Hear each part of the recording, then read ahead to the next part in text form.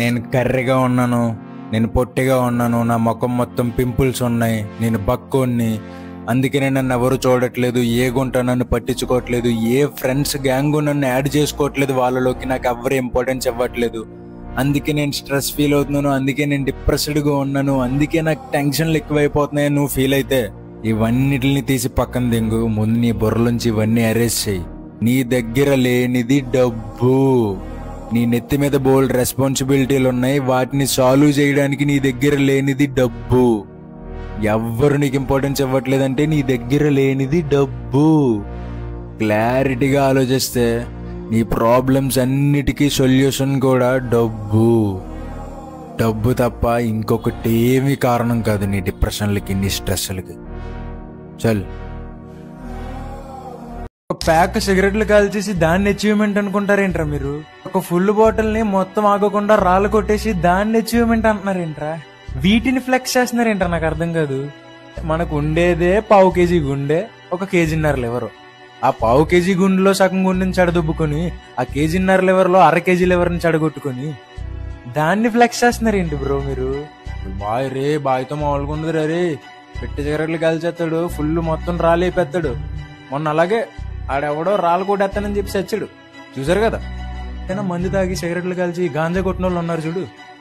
ఒక గుద్దు గుద్దితే అరగుద్దు బొక్కలకి 4 ఫ్లోర్లో 2 ఫ్లోర్లు ఎక్కితే ఆయుష్ పడిపోతాడు వీడు. జిమ్కి వెళ్ళిన వాడి జోలికి వెళ్ళాలంటే నాకు భయం అయితే, నా ఒట్టలు ఫెట్టలు అయితే. ఎందుకంటే నేను గుద్దు గుద్దితే ఆడు 2 గుద్దుతాను నన్ను.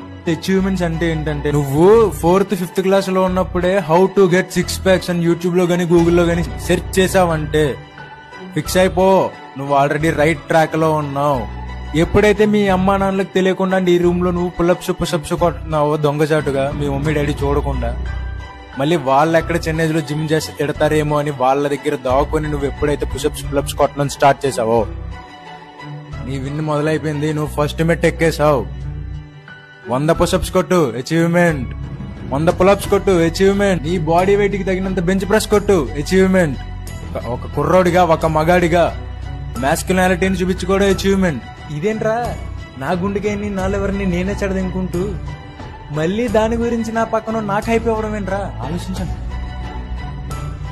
100 పుషప్స్ కొట్టామంటే ఈ అమ్మ ఏం స్టామినా రా. ఏ బాయ్ ఫుల్ తాగి నిలబడతాడు రా, స్టామినా నా లవడా. ఫుల్ తాగి నిలబడితే స్టామినా కాదు. ఆగకుండా ఒక 5 km పరిగెట్టు, స్టామినా. ఆగకుండా 100 పుషప్స్ కొట్టు, స్టామినా. నువ్వు తర్వాత వేరే దెబ్బలైనా అలాగే కొడతావు పుషప్స్ కొట్టామంటే. స్ట్రీక్ మెయింటైన్ చేయి జిమ్ విషయంలో. ఆగకుండా 3 months జిమ్కి వెళ్ళు, సండేస్ కూడా హాలిడేస్ పెట్టకుండా, అచీవ్మెంట్. మాస్టర్ బెట్ చేసుకోవడం మానే 3 months, అచీవ్మెంట్. అచీవ్మెంట్స్ అంటే ఇవి. ఒక కుర్రోడిగా నువ్వు ఫ్లెక్స్ చేయాల్సినవి ఇవి. నేను కొట్టుకుని 2 months అయిందిరా, అచీవ్మెంట్ బ్రో. నవ్వడానికి ఏం లేదు ఇందులో.